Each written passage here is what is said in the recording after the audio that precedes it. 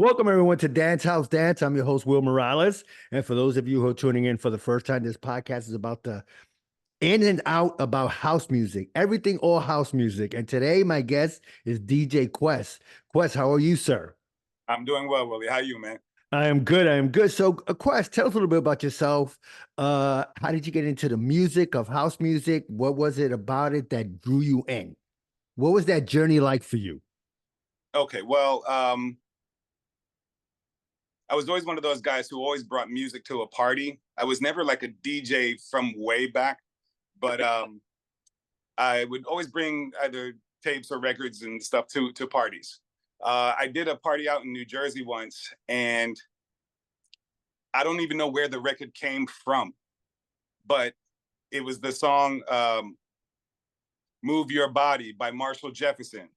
Rock your body, boom, boom, your body. Probably the house anthem of all house anthems, right? Like that house Yeah. music. Once I heard that, my world changed, right? Because that 4x4, that thumping of the house, you could just Yeah. do that all night. So that got the fire in me. And still, even then, when it first came out, I wasn't in a position where I was, collecting music or DJing or anything like that. But I did make it my kind of genre of choice when I did start to DJ. I find house music is very malleable. Like you can almost do anything to house music, lay any type of music on top of house music, Yeah. and either lay back and chill to it. Because I also spin some like lounge core house when I used to do some lounges in the city, and it's still house music, still all up tempo and everything. Is just you're not looking to dance, or we can play that stuff that makes you sweat all night. So it depends. But house music, it's once I first heard that "Move Your Body" by Marshall Jefferson. Yeah. And that was it. It's funny because you just hit on something. Because house can be one of those songs that could take you on a journey. You don't have to dance. You could just sit back and just sit down and just let your mind go somewhere. You know what I mean? So, do you remember maybe your first record that you ever bought? I know you Uh, go way back, so I'm just saying, is it possible? Do you remember your first house record? the first house record I actually bought Yeah. was "To the Batmobile." Let's go, bang a lang, bang oh bang. Ah, yeah. Yeah, it Uh, was uh, that. "The Witch Doctor" by Armand van Helden. yeah. Um, what else did I get? But yeah, "Bang Bang a Lang." That one. The what else did I buy? But I know "Bang a Lang" by the Todd Terry. It's a Todd Terry track. Okay. First one I actually purchased. I came home and I ran that to the ground. So Right. And do you remember your first gig? Like, what was your first gig like? How did you? Because I met Quest this way, little backstory, in Central Park. He was coming out playing some music, and people started noticing. I'm like, wow, this guy's good. He plays some nice house music, some nice classics. So that's how I got to know him by seeing him out in the park here in New York City in Central Park. So, do you remember your first gig? Like, what was that? What was that like? okay, so when I first got into the game, Yeah. uh, I found my own corporate gigs. Right, I Okay. started working with PR directors, like public relations or marketing or people like that, who event planners for companies. I worked my way into being the DJ for DKNY for 2 years. I did all of her events at her flagship store. I worked for Hugo Boss, Essence Magazine.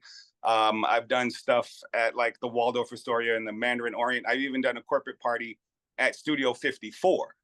But Ah, when I got into the game, it wasn't necessarily being booked for parties. I was providing music. I was selling CDs. I was doing okay. things where they take my music and do whatever they wanted with it. But my first gig, I actually don't. You mean my first paid gig? I No, was doing. you could say that, or just your first gig where people started noticing who you were or who Okay, you are as a well, DJ. I'll put it this way. People started coming back for me when I had my residency at a bar that no longer exists. It was on between 54th and 55th here in Manhattan on 10th Avenue. It Right. was called Fusion.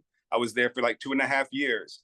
and it didn't matter. It could be raining, snowing, and you can go get a cocktail anywhere in this city, but people would brave the rain, the snow, the whatever on Thursdays and Friday nights because they knew I was DJing.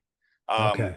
That that's when I started to like really get out there and have a little bit of a name. And again, it's just a small lounge, but it's right around the corner from the Hit Factory. We would have celebrities every now and then after they do their recording session, they would slide in and have a cocktail or two and just hear me spin and stuff. But yeah, it's been a great ride. I've done every place I've ever done doesn't exist anymore because we're that old. Wow. Yeah, yeah, yeah. Unfortunately. So who was your inspiration as a DJ once you started liking house music and move your body, Marshall Jefferson? So were there any DJs that you that gave you that also that drive to get into music? Absolutely. Back in the day, I don't even know if they do it now because who listens to the radio anymore, but back in the day on WBLS 107.5 at Yeah. 5 o'clock, from 5 until like 8 or whatever, there used to be a house mix by guys like Kenny Carpenter and DJ Disciple and Tony Humphreys would either do it or, like Yeah. guys would spin on our radio. And those types of mixes where it's soulful house, it's stuff you can sing to, it's stuff that you can remember, or songs that that was initially the inspiration. And then once I started getting into producers, Masters at Work are the gods. Yeah, yeah, yeah. Kenny Dope and Little Louis Louis Vega Vega, yeah. are the gods. So I've watched almost every Little Louis Vega mix that there is on YouTube, period. Right. Just because it's how you blend it. I mean, and then me, me, I'm not one of those knob technicians who know how to, Yeah, I've seen those guys. Yeah, yeah, yeah. I don't do tricks. I don't do it. I just play it and let the music speak for itself. Yeah. But when you watch Louis spin, it's something that gets in him, and when it gets good to me here, oh yeah, he gets into it. I've seen him. Yeah, he gets into it. Yeah, I get that same kind of like, ooh, I wish I wasn't the only one hearing this right now, Yeah. But Louis is my all too hands down, And then you got to give it up to like Larry Levan, because I mean I've never seen him. I never made it to the garage. I knew people who had memberships, but I never made it as a guest. But people say Larry Levan was the one person who would play whatever he wanted, and the people were gonna dig it. Yeah, I heard that too. I never got to go to the garage. I knew some of my friends there when I was young, teenager, maybe early 20s. And they all said the same thing. Larry Levan, Larry Levan, Larry Levan. And I was like, wow, man, I wish I would have I wish I would have went. Yeah. Excuse me. So for you, when you go to a crowd, excuse me, and you see the crowd, do you blend your music depending on the crowd's movement? Or you already know it's a house crowd. Like when you went to Central Park, right? And we first met you a couple of years ago. Were you there before listening to, some of the DJs there, and then you realize, oh, okay, this is a house crowd here? Like how do you determine what music to play? Because some people play house music, but then they don't get people dancing. People just stand around.